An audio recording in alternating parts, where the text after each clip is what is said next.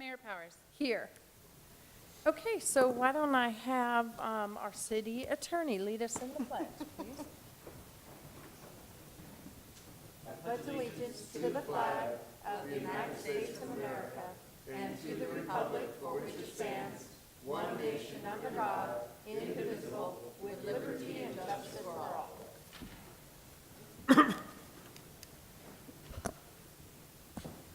All right, so next is agenda approval. This is the time set aside for council members and/or the public to ask for removal, postponement, or change to the listed sequence of an agenda item. Do I have anyone wishing? Anyone from the audience? All those in favor of the agenda, say aye. Aye. Didn't he raise his hand? Oh, I'm, I'll Oh, get no, to no, you. I said public. Yeah, you're going to get your turn. A negative, say no. Seeing none. Agenda approved. Consent calendar. All matters listed under the consent calendar are considered to be routine in nature and will be approved by one blanket motion with a roll call vote. There will be no separate discussion of these items unless persons request specific items to be removed from the consent agenda for discussion and separate action. Any items removed will be considered after the motion to approve the consent calendar. Anyone care to remove an item? I'd like to remove item 4. All right, item 4. Any other? Anyone from the audience? Seeing none, I'll entertain a motion for the consent calendar. Madam Mayor, I'd like to move that we approve the consent calendar minus the fourth item. I'll second. It's been moved and seconded. The clerk call the roll. Councilmember Spokely. Yes. Berlant. Aye. Kirby. Aye. Mackey. Aye. Mayor Powers. Aye. All right, 2018 Street Overlay Project Downtown Auburn and Ophir Road Award of Contract. Councilmember Kirby. Thank you, Madam Mayor. I just wanted to go over the fact that this was something we had already had in our budget, and it's within the limits of what we placed for this project. Is that correct? That's correct. This item was brought before the council for permission to advertise in March with an engineer's estimate that is in the area of $572,000. We actually have a combined, with a contingency and award amount of $547,782. Thank you. Any other questions? And about how much overlay is this in terms of distance? Well, from a distance standpoint, it's a little deceiving. They're local roads in town. I would say it's probably close to a mile at the most, All right, total, total. for Ophir and what's in the city? Correct. Okay, thank you. Thank you. Councilmember Berlant. Since it got pulled, I'll go ahead and ask you here, but Sure. Mr. Dean was with us at the last meeting and Okay. presented the SB1 streets. Those are separate from this, so the streets that we had approved as part of the SB1 proposal, those will be funded should our SB1 money get approved, is that correct? It's for the next coming year. Correct. Thank you. Thank you. Councilmember Spokely. Thank you, Madam Mayor. Again, since it was pulled, you answered my question before our meeting here, Bernie, but this represents just the overlay work, Correct. and we had talked some about putting in our slurry seal work at the same time with the same bid advertisement. Those monies are still uncertain, so that's why we went with just the overlay work at this time? That's correct. What we had hoped to do is get a number that's compatible with our estimate, which we did, and then that money that we have available in over amount could either be used towards a Nevada Street, choosing that option that is going to be before this council in the future, or putting it into a resurfacing, Okay, thank you. which would be, it's a slurry seal, it's a kind of a paint job with some aggregate, so you don't have quite the support, but it definitely has its place in And- resurfacing. And possibly a different contractor would be more appropriate to do that type of work. Correct, they're two different disciplines, one's pavement and one's typically a slurry. Thank you very much. Any questions from the audience? Seeing none, I'll entertain a motion on item number 4. Madam Mayor, by resolution authorizes Director of Planning and Public Works to execute a construction contract with Darren Taylor Construction Incorporated for the 2018 street overlay project in an amount not to exceed $547,701.85. Don't go over the 85 cents. Includes contingency. I'll second. It's been moved and seconded. Will clerk call the roll? Councilmember Spokely. Yes. Berlant. Aye. Kirby. Aye. Mackey. Aye. Mayor Powers. Aye. Okay, we're going to move on to public comment, and you're going to get your turn in just a moment. This is the time provided so that the public may speak to the council on any item not on this agenda.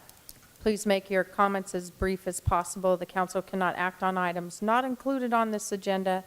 However, they'll automatically be referred to staff. So we'll let anyone from council, I know you do, Dan. Well, actually, I'm going to take an opportunity to showcase the work you did. If you had an opportunity today to pull into City Hall, you noticed the island between the parking lot and the police station has plants in it for the first time, and actually doesn't look like an overgrown little, I was going to say weed Weed patch. patch, but that could be misconstrued with today's ordinances. But the mayor herself actually worked at this project as part of the Auburn Community Service Day. We had about 150 volunteers at 7 different locations. The park behind us, the preserve, as well as the garden, and the City Hall parking lot were all projects. But again, the mayor herself made this parking lot look a lot better. So hopefully you have taken an opportunity and really recognize that work. So thank you, Madam Mayor. Thanks, Daniel. Thanks for organizing it, too, and I still am sore. I cannot move from here to my arms, can't move from all that. Anyone else? Yes, Bernie. I would just like to take the opportunity, in front of you is information about this year's cleanup day for the city of Auburn. It's set for Saturday, June 16th. It gives some guidelines. We are going to be putting this both on our webpage as well as a little blurb in the journal. So I just wanted to bring it to the council's attention, some of the parameters. We try to do this annually. Recology is one of our team players, of course, and so that's all I wanted to make sure you saw. Thank you. Thank you so much. Okay, so now it's your time for public comment. Yes? And I know that you need a few more than 3 minutes, and so we're going to accommodate your time. Yes. So you state your name. Sure. Well, thank you very much, and I will do my best to keep it around 3 minutes. I know it's, but my name is Eric Skinner. I work for Sierra College, and I'm here to speak with you a little bit about a bond that we've got on the ballot in June, Measure E. And our president, Willie Duncan, had a family commitment he couldn't get out of tonight, but he sends his best regards to all of you. And I'd like to just, if I could, present a little bit of information, then make myself open for questions. So my name is Eric Skinner. I'm the Vice President for Administrative Services. So I work on facilities and on budget for Sierra College. And you know, our college takes great pride in serving Placer County and the surrounding area here. And I won't belabor too much the value added, but hopefully you have a good understanding of that. It's our transfer programs. It's our career technical education programs. We've got great advanced manufacturing and welding. We train first responders, firefighters, police officers, EMTs, nurses. And these are great career tracks, and they provide vital services and professionals that our community needs to thrive and prosper and for our economy to grow. And so we take great pride in that work. The bond measure that's on the June ballot is, again, Measure E, and that will be the first, I would say the last bond that Sierra College passed was in 1957, so it's been quite a spell. We're still operating largely off of the same footprint, the same buildings. We've added a couple buildings over time, but for the most part, it's the same structures that we're operating out of. I take great pride in the work that we do to keep those buildings up. We've got some great maintenance and grounds crew, and they just work miracles on a daily basis, and we've really stretched the useful life of those buildings. But it is time, in our view, that's our value proposition we're making to you. We think it's time for an investment in those facilities to keep them going for another 60 years. And I'll just give a brief overview of it, but the bond program that we've got proposed is largely a modernization bond. That's refurbishing older buildings. It's the most cost-effective way to get more useful life out of buildings. At the end of the day, the functionality and the lifespan will be the same as if we built from scratch, but it's considerably cheaper. So we wanted to be as penny wise as we could and be very mindful about stretching a dollar. So it's largely modernization. Some of the signature facilities that are going to be built would be a new science center. Those science classes are impacted. We can't serve all the students who want to take our science classes in science, technology, engineering, and mathematics. Those lead into our nursing program, so it's a bottleneck for us. There's another key feature is a public safety training center that will allow us to serve firefighters, EMTs, and police officers, individuals wanting to enter those careers. And so we'll have a public safety training center on the north side of campus. I would just briefly note that there are some aspects to the construction plan that are intended to try to mitigate traffic by shifting more of the focus, some of the larger buildings and the public safety training center to the north side of campus. The intention is to draw more traffic in off of Sierra College Boulevard. We're also going to close an off-campus parking lot that's south of Rockland Road that creates problems as students continually push the crosswalk sign to get across the street. So there are a couple measures in there again to mitigate traffic impacts.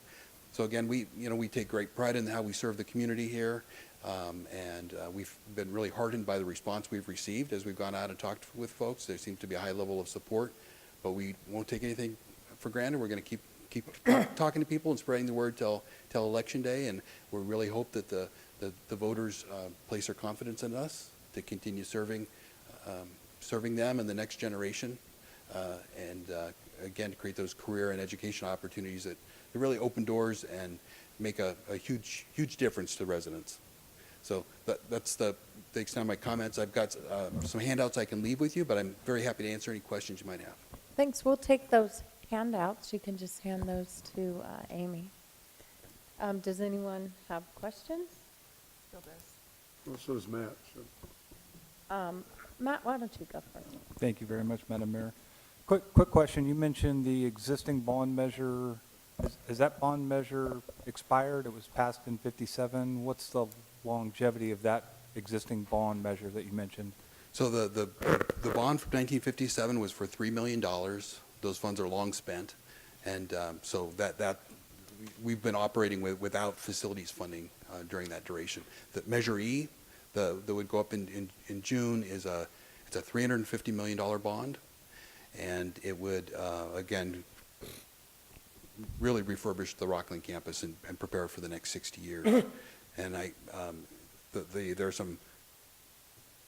I guess I didn't mean to take your microphone. Sorry. No problem. So the campus is not operating under an existing sales tax bond measure, correct? No, not at all. Okay, thank you. Mr. Kirby? Thank you, Madam Mayor. How many students did you serve in 1957?